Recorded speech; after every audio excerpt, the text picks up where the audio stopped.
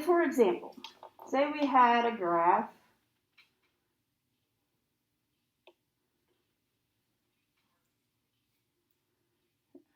and constant is just a number, so we'll say it's up here at 2. We know if it's a constant, it's just a horizontal line. So as x approaches a from the left and from the right, it's always going to be whatever that constant was. Because it's just a line. So what's the limit as x approaches a of c? This one was 2. It works with, say it was down here. The limit of this line as x approaches a would be -4.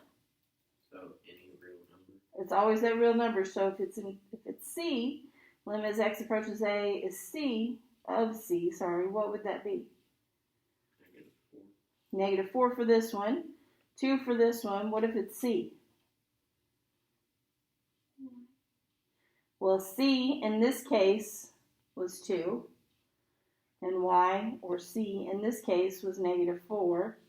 So in this one, it's c. That's what I was trying to get you to say. So whatever your constant is, if you have a limit as x approaches a, the answer is always that constant, because it's just going to be a straight line. Oh. So C stands for constant? C stands for constant, yes. Okay.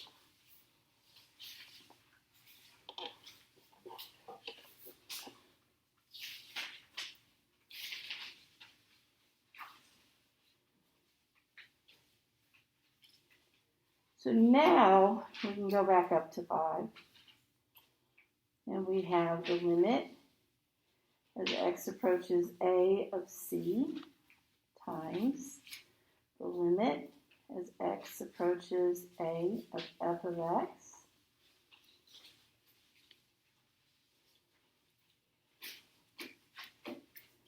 What's the limit as x approaches a of c? C. And the limit as x approaches a of f of x? L.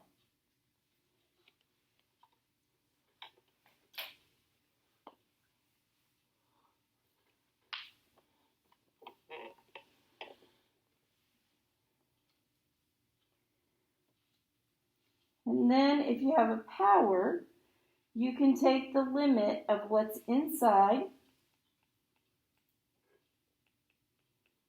first and then raise it to the power. So L to the P? Yes.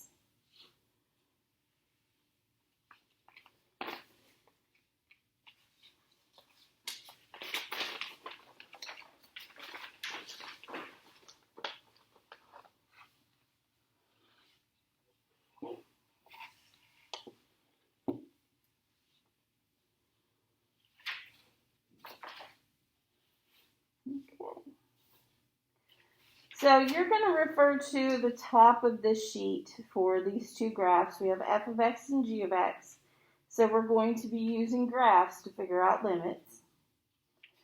And the directions say find each of the following limits, applying the properties of limits, so what we just did. And then if a limit does not exist, we have to tell why. So first, I'm going to just go ahead and rewrite it. So like this first one, I would rewrite as the limit as x approaches 2 from the left of f of x plus the limit as x approaches 2 from the left of g of x. Use those two graphs to figure out what those two limits are.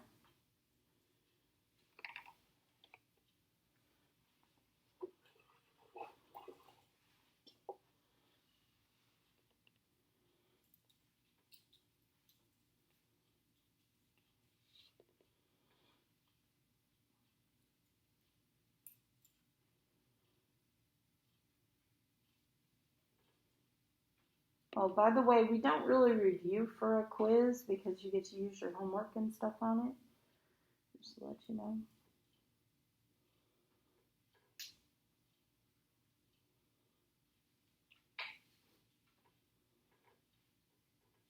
Alright. So, limit as x approaches 2 from the left. When? For f of x, what's that? 3. X approaches 2 from the left is this point right here. That's right. Which corresponds to y equals 3.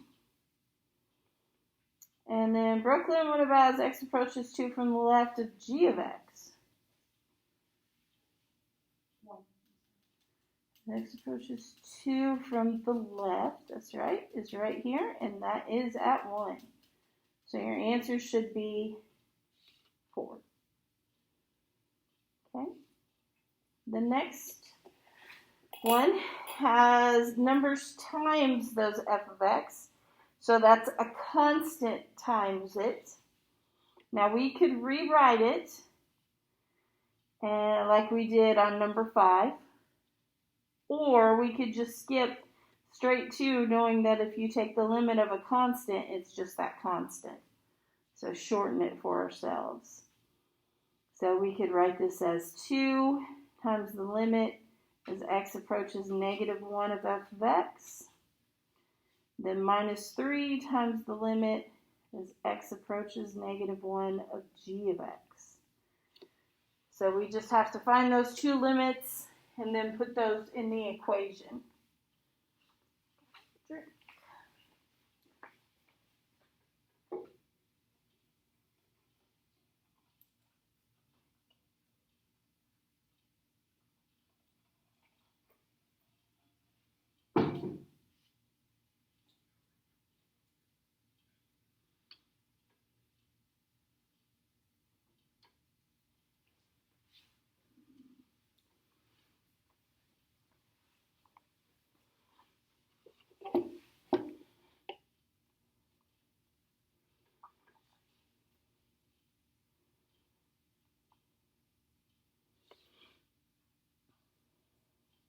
So, Daniel.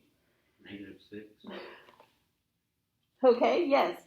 That's the limit as x approaches negative 1 of f of x. Now, x approaches negative 1 of f of x is down here. And it approaches the same thing from both sides. So, yes, it is -6. And then, so that's 2 times -6. Minus 3, what's the next limit, Stephen? -1. That's right.